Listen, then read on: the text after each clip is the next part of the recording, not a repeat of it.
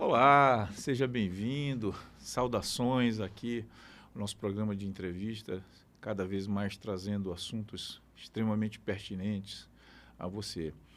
E hoje é um assunto que semana passada, retrasada, a gente falou um pouco sobre os ambientes de saúde, o acesso às clínicas, aos hospitais. E hoje a gente vai falar um pouquinho mais sobre esse ambiente hospitalar. Cada vez mais esse ambiente hospitalar está ficando complexo. Cirurgias com robôs, tecnologias, cada vez mais utilizando equipamentos.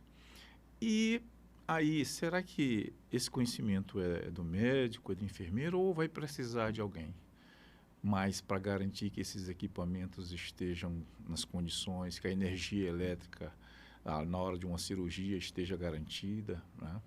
E para isso, o que a gente vai conversar, você vai ficar aqui com a gente vai conversar um pouquinho sobre a engenharia clínica, que é uma especialidade hoje de nós, os engenheiros. E para isso a gente trouxe o engenheiro Estelmo Salgado. O Estelmo Salgado é um especialista em engenharia clínica e ele tem a formação em engenharia mecânica, mas como eu falei para vocês, isso é uma coisa bem nova, bem recente, né? Estelmo, muito obrigado por ter aceitado o convite de vir aqui conversar um pouquinho e passar para pessoal aqui que vai assistir a gente um pouquinho sobre esses assuntos, né? Tá, eu agradeço, né? Agradeço aí o convite, né? Fico muito satisfeito sobre essa temática, essa conversa de engenharia, né? Pelo convite, né? Aqui a gente está sempre à disposição para debater, né? Eu vi o programa anterior falando sobre saúde, né? Vi algumas profissionais aí que achei bem interessante, né? Falando bastante sobre a parte de legislação também, o acesso, né? E hoje a gente tem uma relação ali de qualidade, de consumidor, Isso, é uma né? equipe próxima nossa, Isso que nós também. somos engenheiros, né? Nós temos uma equipe. Então, essa parte de engenharia, ela é importante, né? E como é que ela surge? Como é que surge essa necessidade? Surge essa necessidade pela tecnologia? Porque também eu vejo muito assim, Salgado, alguns hospitais, cada vez mais, eles estão ficando mais complexos, o ambiente, mais equipamento, né? E alguém tem que garantir isso, né?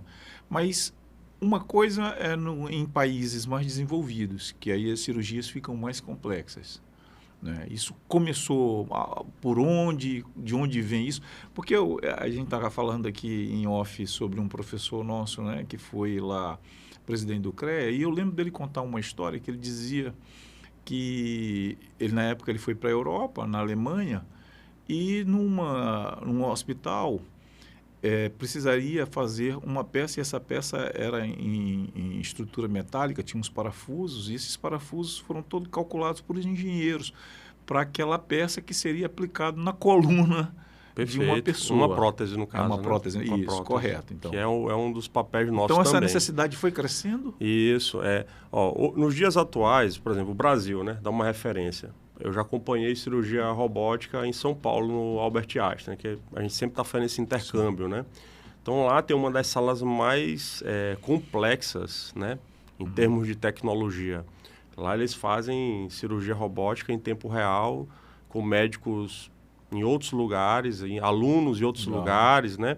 Então, lá tem uma sala muito ampla de vários robôs, com várias mesas. Tem um ambiente bem complexo, né? Então, em termos de Brasil, essas referências a gente já tem. Só que no Maranhão ainda não tem. Tem algumas... tem algum nível de complexidade. E já tem algum nível, não é um sim. nível desse... Isso. Porém, como começou isso? Isso começou na década de 60, né? Nos Estados Unidos, né? Por que começou?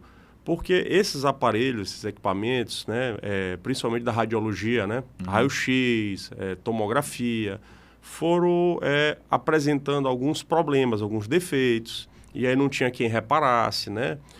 Ou acidentes, né? Queima um paciente, faz uma radiação em algum outro, né? Ou um curto, dá um choque elétrico, enfim. Esse ambiente começou a ter essa complexidade, então os Estados Unidos começou a investir, que o profissional de engenharia, ele tinha que nascer desde a fabricação em conjunto com o equipamento, para ele pegar aquele conhecimento e depois ele era o responsável, né? E aí foi desenvolvendo isso, né? No Brasil, isso só começa de década de 90 para cá, esse papel do engenheiro, né? Tanto é que o Brasil fez intercâmbio nos Estados Unidos, o Ministério da Saúde mandou alguns engenheiros para lá, para estudar E muitos desses eram militares, entendeu? Para estudar essa engenharia, para acompanhar essa tecnologia que estava vindo do Brasil. A tecnologia que o Brasil recebeu na década de 90, ela veio entregue dos Estados Unidos, tá? Então, porque eles foram renovando o parque e o Brasil foi recebendo essa tecnologia. Então, o Brasil está engatinhando ainda nisso. Sim, então isso me leva a crer que a própria legislação também ainda está engatinhando a respeito disso. Perfeito. É mais uma especialidade, não é uma graduação, né? Não, é uma especialização, né? Ela é como qualquer outra especialização de 18 meses, seja lá qual tipo de grade curricular tem. Tem algumas instituições, né? Inclusive Albert Einstein, né? Algumas instituições fazem esse tipo de curso, né?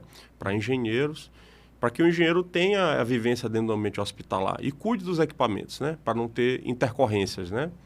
Sim, como é que é esse contato? Porque a operação é feita pelos médicos, pelos enfermeiros, né? E o engenheiro está ali também. Porque, Salgado, eu vejo muito a questão de manutenção, especificamente, né? Gestão de manutenção, que é uma coisa hoje... Eu tenho outros colegas engenheiros, que eles dizem assim, que nós engenheiros mecânicos hoje, ele brinca assim, diz, olha, vocês não querem mais saber calcular bomba, eles não querem mais saber disso, eles querem fazer gestão. Gestão do processo. Mas é porque, às vezes, eles não entendem que isso vamos dizer assim, isso é a parte estratégica que ela tem que acontecer. É um dos pilares. É um dos pilares. Chega a hora em que você vai discutir a técnica do equipamento, a norma do equipamento. Perfeito. Mas você tem que discutir primeiro a logística, a programação, a qualidade do equipamento, a compra do equipamento, né? Perfeito. Para depois chegar e verificar o funcionamento, as análises de falha.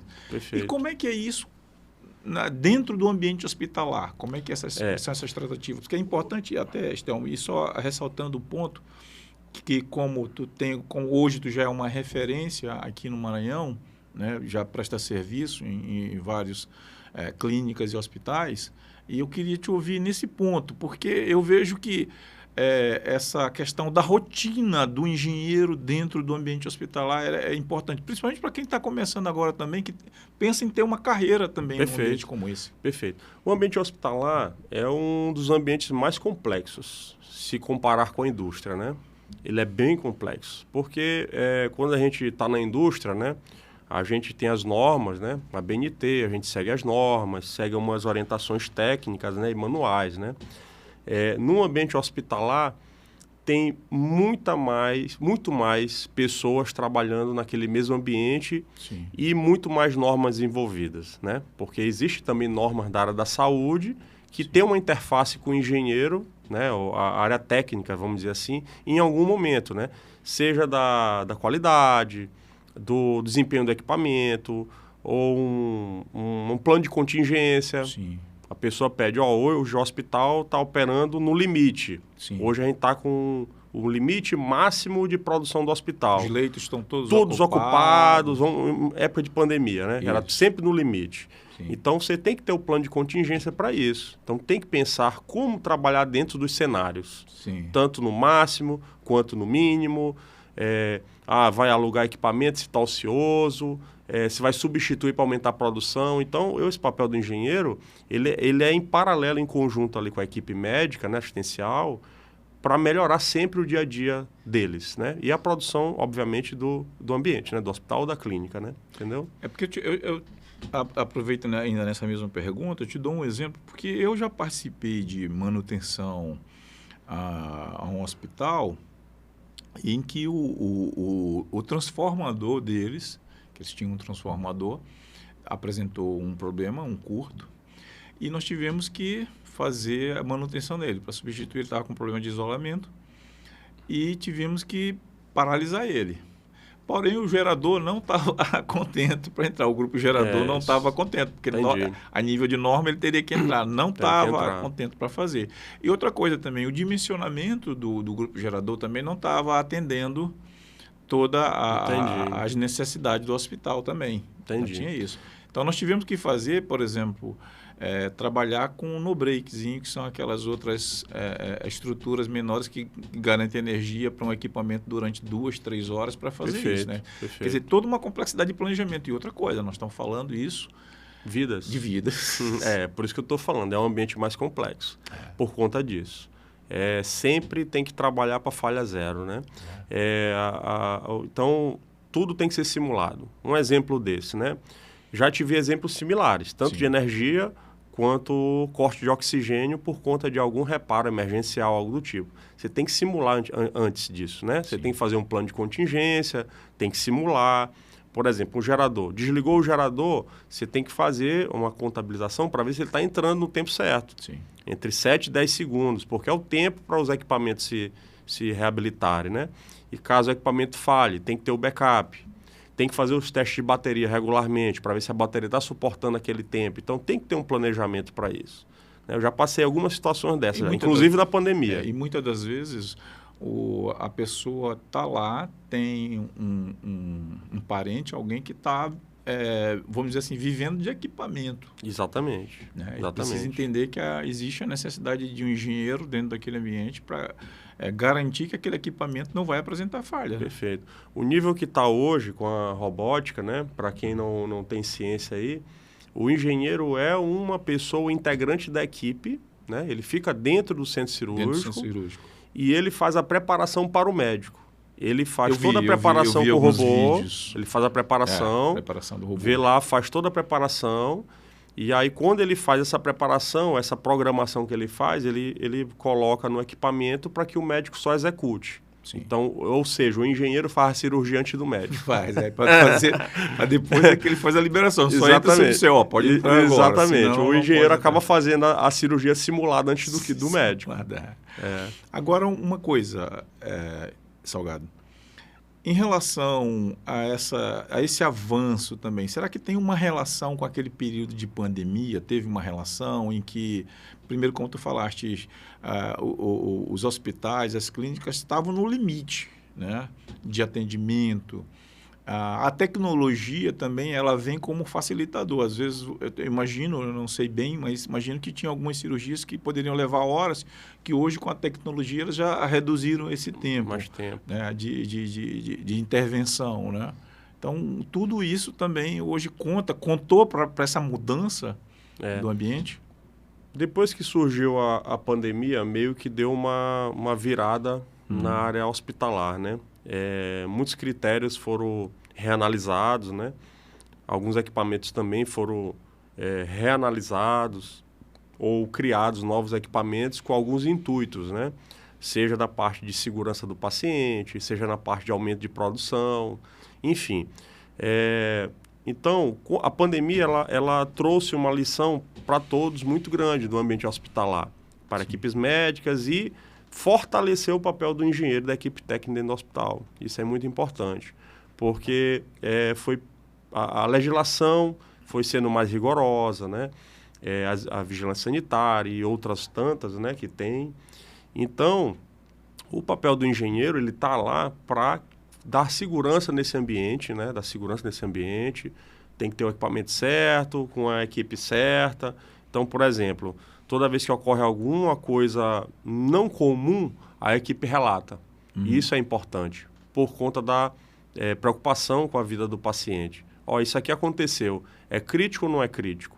Oscilou, essa luz piscou. O que faz? Sim. É crítico ou não é crítico? Então, sempre esse ambiente ele é discutido a todo momento. Agora, já existe uma normatização para esses padrões hospitalares? Já tem alguma coisa relacionada a isso, a engenharia clínica?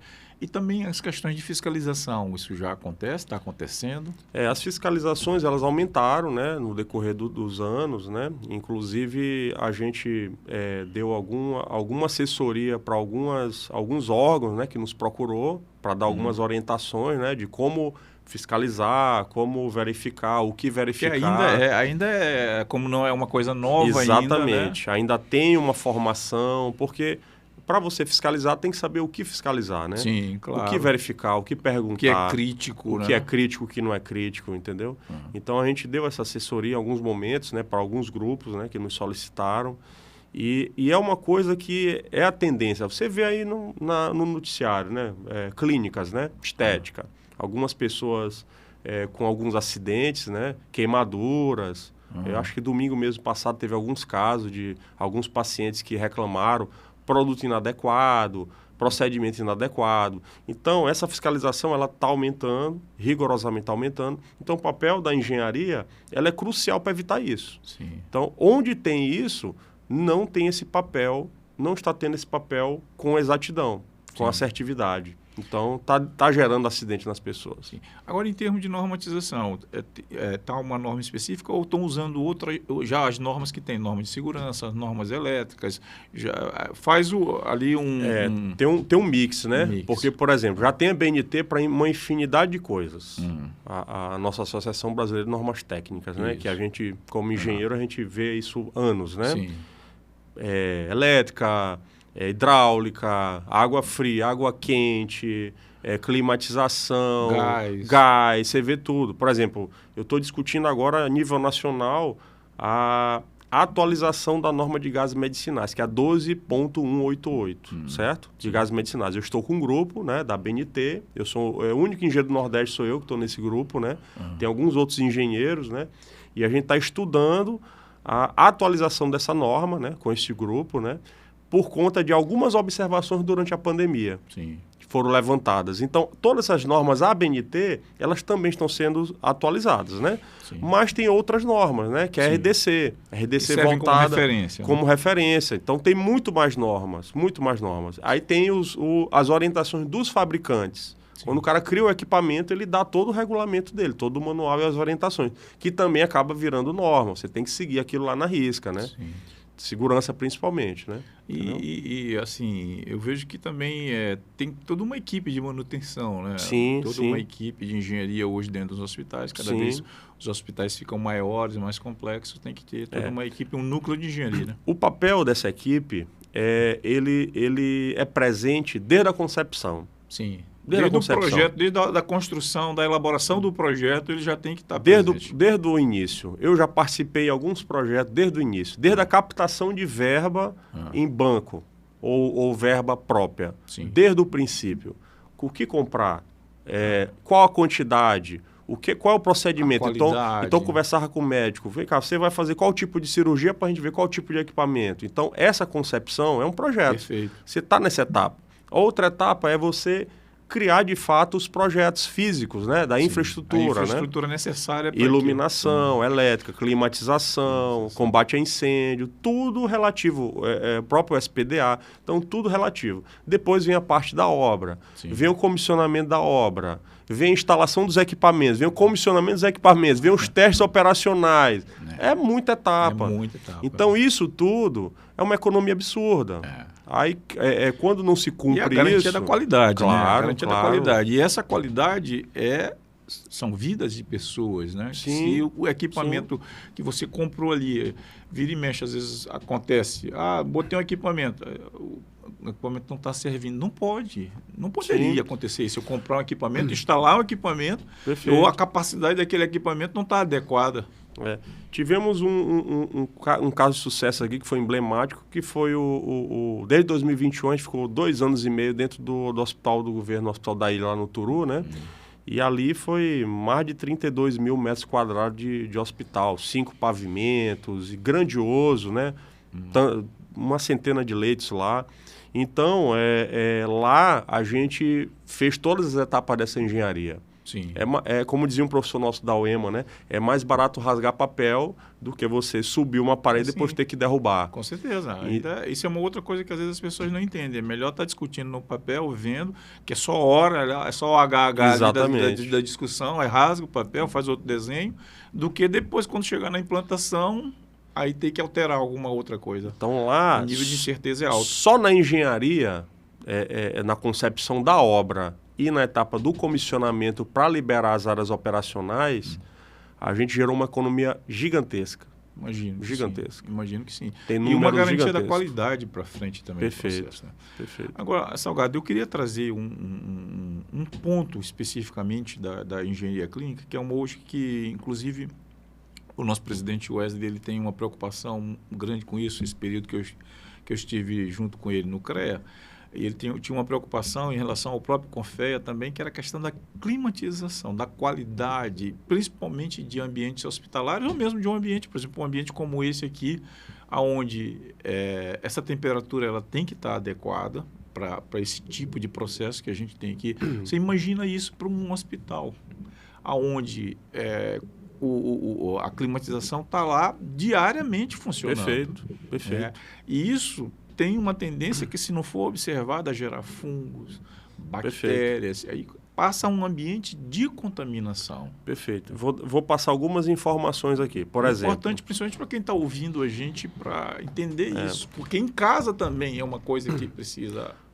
Vou passar algumas informações. Por exemplo, a parte de climatização hospitalar, quando ela envolve uma automação em conjunto para controlar, sim, porque às vezes tem ambientes que tem que ter uma pressão controlada, sim, negativa, sim, positiva, que é o mais crítico de todos. Tem que estar sendo monitorado constantemente.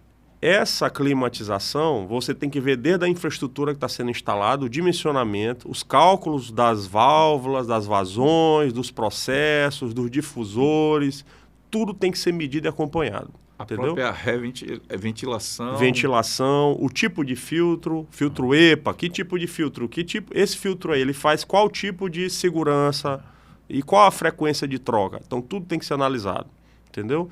Aí a água gelada, que faz parte desse processo, sim, ela tem que ser analisada também. E às vezes eles criam estações de tratamento de água, ou chillers, né? Para controlar essa água gelada nesse processo, que às vezes tem esse processo em conjunto da água gelada dentro do processo de refrigeração, climatização envolvida, né? Isso é uma coisa. E a outra coisa, isso é infraestrutura fora do ambiente. Está na área técnica, pavimento técnico. Dentro do hospital. Dentro do hospital, você vai ver temperatura, umidade, como é que está a resposta dos equipamentos, porque hoje os equipamentos têm sensores. Sim. Então, tem equipamento, por exemplo, a ressonância magnética. Ela não entra em operação enquanto ela não sentir que o ambiente está entregando a temperatura e a umidade certa para ela operar. Ela bloqueia. Então, tem também o próprio equipamento da resposta. Sensores te dão resposta. Então, essa tecnologia, ela trabalha a nosso favor. Sim. Então, nós temos que olhar tanto a parte fora técnica quanto a parte do dia a dia interna. E aí, limpeza, que é crucial, acompanhar as medições, ver alguns equipamentos de medição que tem que ser calibrado. Hoje já tem empresas que fazem só esse processo desse monitoramento, né? Vai lá, faz a medição para saber o CO2, como é que está aquele ambiente, qual é a temperatura. Sim. Porque aquilo influencia, principalmente, aí eu vou te perguntar, num ambiente de UTI, né? Sim, claro. A exemplo, alguns projetos têm dutos. Já existe drones de limpeza interna de duto. Sim. A pessoa acompanha aqui no telefone, o drone vai navegando dentro do duto e vai limpando simultaneamente aquele duto que leva aquela climatização para um determinado ambiente. Então tem tudo isso. E vai monitorando. Né? E monitorando. E tem sensores para monitorar.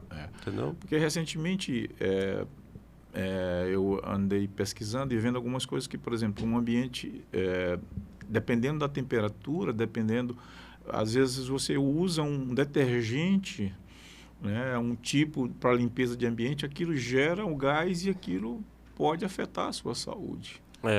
Em ambiente fechado. Em ambientes fechados.